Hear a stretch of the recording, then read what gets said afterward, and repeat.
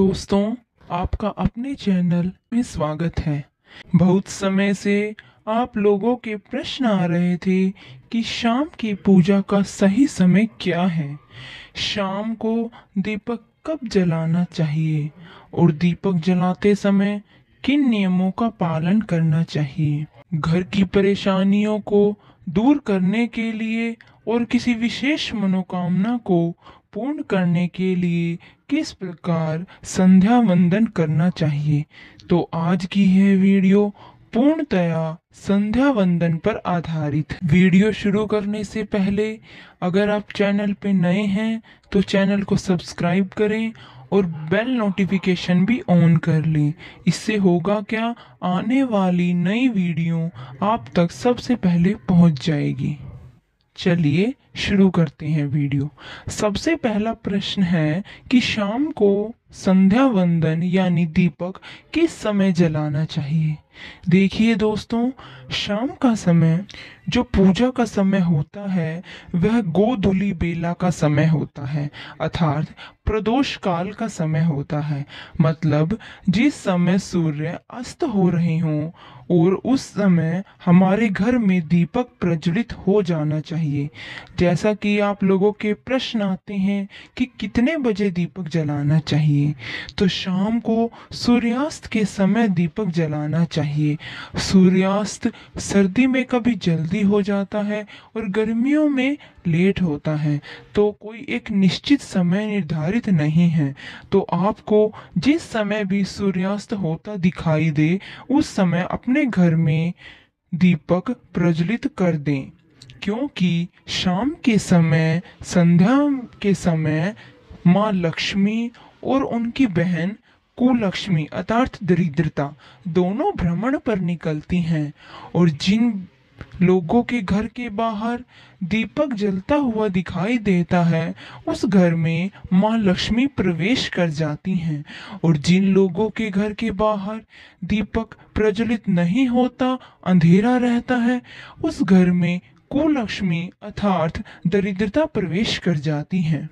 शास्त्रों के अनुसार अपने घर के मुख्य द्वार पर शाम के समय अर्थात संध्या के समय एक दीपक अवश्य प्रज्वलित करना चाहिए, ताकि माँ लक्ष्मी आपके घर में प्रवेश कर सके। जिस घर में शाम के समय मुख्य द्वार पर दीप प्रज्वलित होता है उस घर में नेगेटिव एनर्जी अर्थात नकारात्मक ऊर्जा प्रवेश नहीं कर सकती। कोई भी वास्तु दोष आपके घर में हो, अगर आप मुख्य द्वार पर दीप प्रज्वलित करते हैं तो समस्त प्रकार के वास्तु दोष से मुक्ति मिलती है।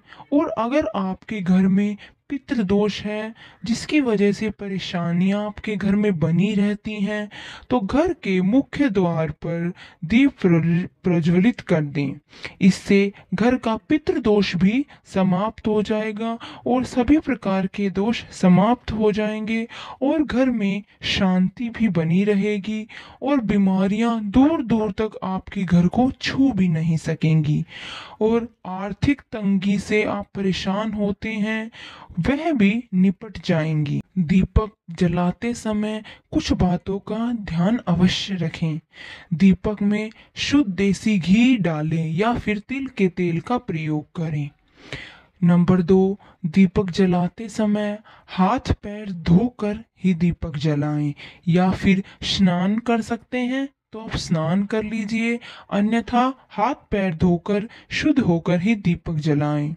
नंबर 3, दीपक जलाते समय दीपक को सीधा धरती पर न रखें। दीपक के नीचे थोड़े से चावल रख लें और अगले दिन उन चावल को चिड़ियों को या पक्षियों को डाल दें। नंबर 4, चावल टूटे हुए नहीं होने चाहिए, क्योंकि टूटे हुए चावल भगवान को अर्पित नहीं करते।